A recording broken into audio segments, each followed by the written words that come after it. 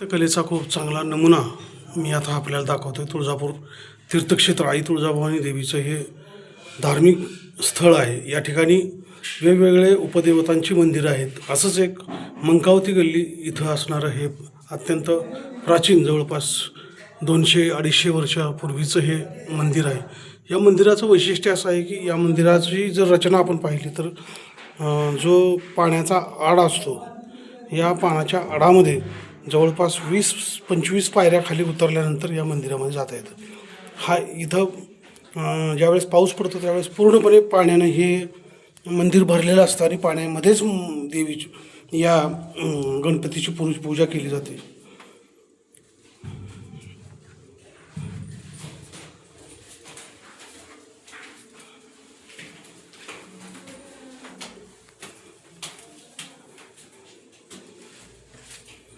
बस बोला गणपतीबद्दल. आपल्या माहिती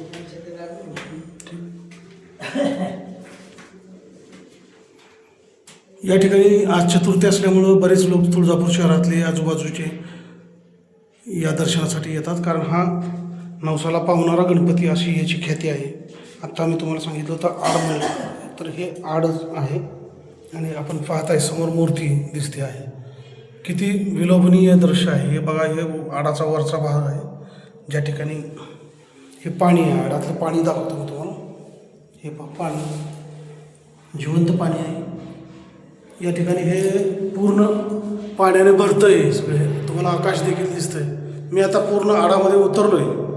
मी आता तुम्हाला दाखवतो हे गोल फिरून ह्या सगळ्या चिरेबंदी हेमाडपंथी या भिंती आहेत आणि हे गणपतीचं रूप आहे. खूप महत्त्व आहे या गणपतीचं. अत्यंत सुंदर मूर्ती जी पाण्यामधला आडाचा गणपती असं म्हटलं जातं. व्यास, प्राणशंकर व्यास, दिनेश व्यास या सगळ्या व्यास परिवाराचं हे या ठिकाणी पौरोहित्य चालतं. अभिषेक पूजा होतात. खूप चांगल्या पद्धतीनं या मंदिरामध्ये पूजा अर्चा होते. दररोज पूजा या ठिकाणी संपन्न होते. आता मी तुम्हाला वरचा भाग दाखवतो.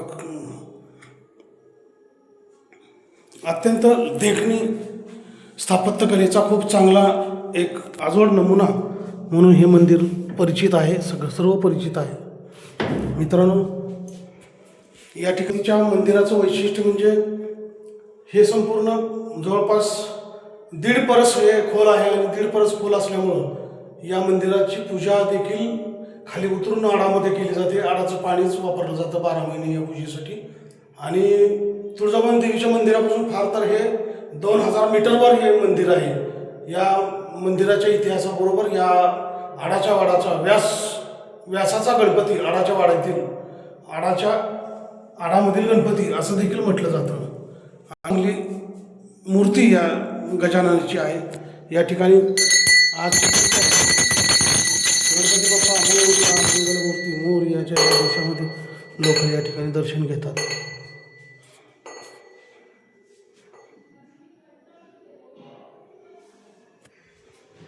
हा आड आहे. आत्ता मगाशी दाखवलेला तोच आड आहे.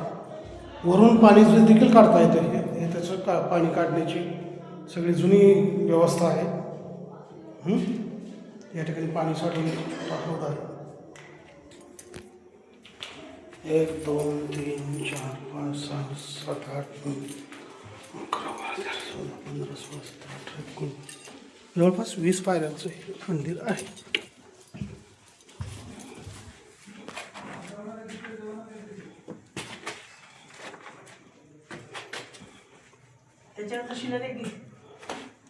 या मंदिराचा हा जुना प्राचीन शिलालेख आहे.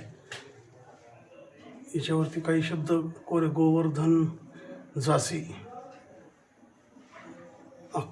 1904 का काहीतरी असं म्हटलं इथं. हा वाडा आहे व्यासांचा.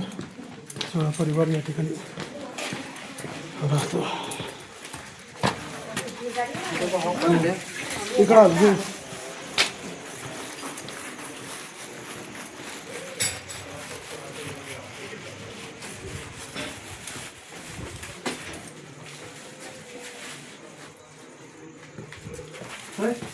ह्या वाड्यात आल्यानंतर तुला गुजरात आलेली वाटते. गुजरात हं? हे गेली.